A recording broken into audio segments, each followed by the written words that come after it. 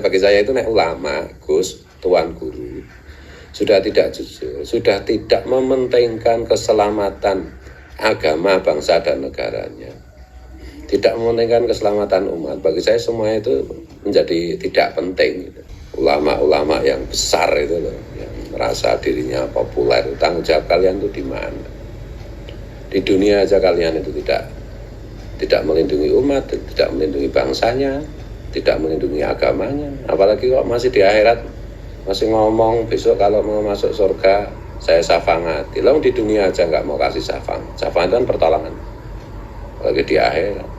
Bagaimana mungkin seorang Gus Najih Maimun yang ngaku pembela Ahlussunnah wal Jamaah tidak melihat itu? Jadi tolong Gus siapa yang mau lali ya? Rapati penting sih.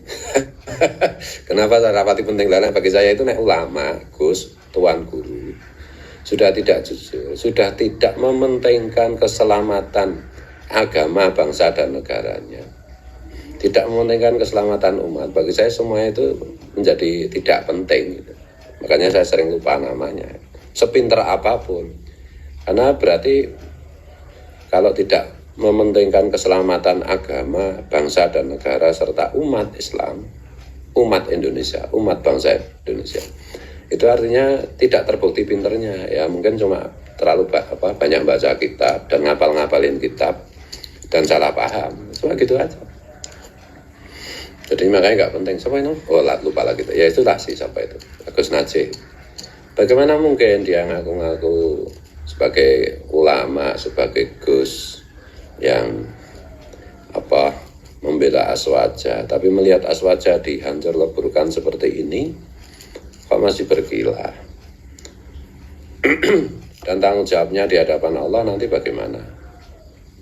Loh, kalau tidak menyandang gelar Gus, Kiai, Tuan Guru, Ustadz, nah itu tanggung jawabnya tidak sebesar kalau memakai gelar seperti itu.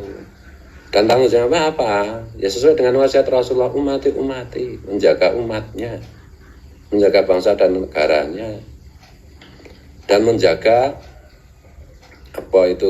ajaran agamanya. Lawan cetok Habib itu ada yang ngaku sehari merah 70 kali naik kambing apa ya.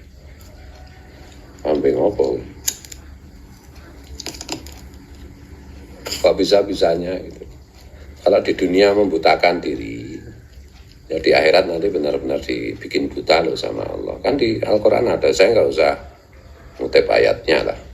Kiai Gus kan pasti hafal semua hadisnya, bagaimana tentang orang yang menisbatkan diri bernasab kepada yang bukan leluhurnya. Kan udah semua udah tahu lah, lebih fasih dari saya lah.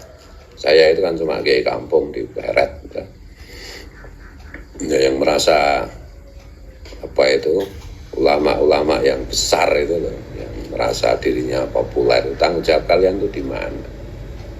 Di dunia aja kalian itu tidak melindungi umat, tidak melindungi bangsanya, tidak melindungi agamanya, apalagi kok masih di akhirat masih ngomong besok kalau mau masuk surga saya syafa'ati. Lalu di dunia aja nggak mau kasih syafa'at. Syafa'at kan pertolongan, apalagi di akhirat.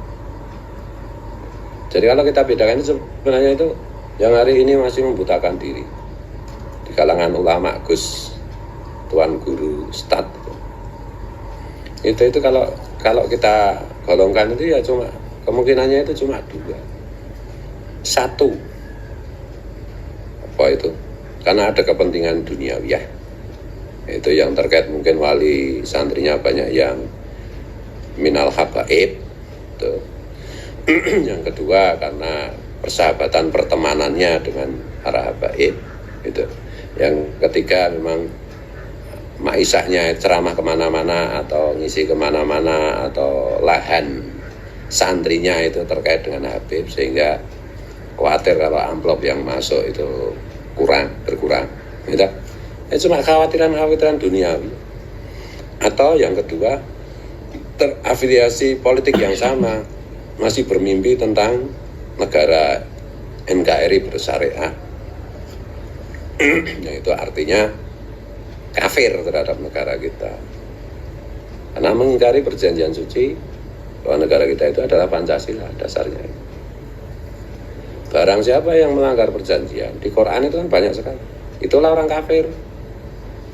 Ya kan? Merasa apa itu pahlawan apa? Mau bikin negara NKRI bersyariah. Syariah yang mana? Mau tanya. Syariah itu kan ikhtilaf 85%. Betul. Atau yang kemungkinan berikutnya yang masih membela Habib dengan membutakan diri itu adalah penakut. Ya itu aja, tinggal pilih aja. Terkait dengan kepentingan duniawi ya, mungkin politik, mungkin ekonomi, ya toh? Mungkin soal pangsa pasar santri. Yang kedua ya karena pengecut. Nah itu aja. Bukti apa lagi? Yang kalau alasannya nanti di hadapan Allah saya tidak tahu loh, kok tidak belajar? Kiai Mas sudah nulis kitab banyak. Kiai Nur Yahya sudah berkali-kali menjelaskan baik data baik kitab. Prof. Menakam Ali juga udah puluhan kali bicara, dan yang lain-lain juga udah bicara semua. Kok tidak malu dengan Bang Haji Roma Irama? Bang Haji Roma Irama itu kan dekat sekali dengan para Habib, ya. Tapi soal ini ya beliau sampai membaca syahadat bersaksi bahwa para Habib itu memang bukan keturunan Rasulullah. Itulah, ngaku-ngaku mencintai Rasulullah, tetapi kemuliaan Rasulullah dicapek-capek seperti ini, picek matane. Gimana? Ya dah. Terus framing aja itu, oh itu Salafi Wahabi, oh itu Syiah, oh itu apa Khawarij, oh itu.